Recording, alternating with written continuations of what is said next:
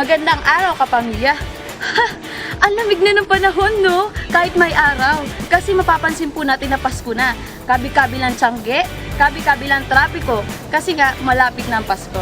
December 24 po, tayo po ay pumunta dito sa Wisdom Church para i-celebrate ang kapanganakan ng ating Panginoon sa ganap na alas 7 ng gabi. Kita-kita po tayo. Merry Christmas! Alam niyo po ba ang LSS? Ang LSS ay stands for Last Song Zero.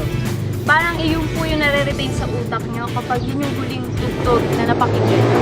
Parang ganito. Iparanas mo sa amin ang iyong kapangyarihan. Kasi alam niyo po ba, yan po ang kinanta namin sa Bible study namin. Kaya hanggang ngayon, yan pa rin ang kinakanta ko, LSS.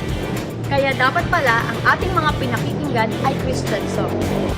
Alam niyo po ba, sa December 22, may guest speaker tayo? At ang forte niya ay music.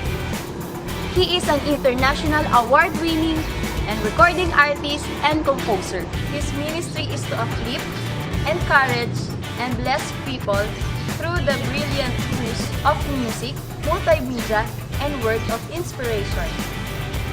He is Dr. Enoch Fernando from Southern California, United States of America.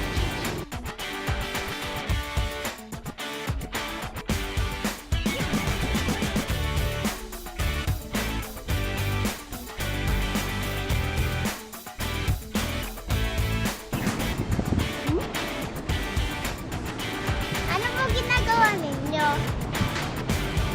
Eto, nagpe-prepare ako.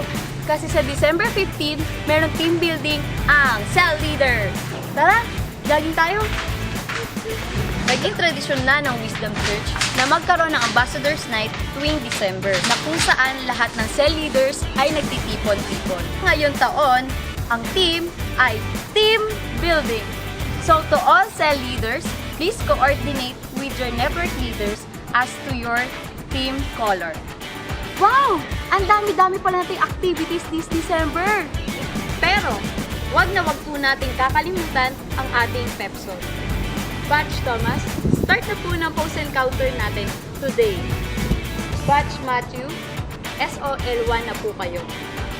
At sa lahat po ng estudyante ng Pepsol, may pasok po tayo.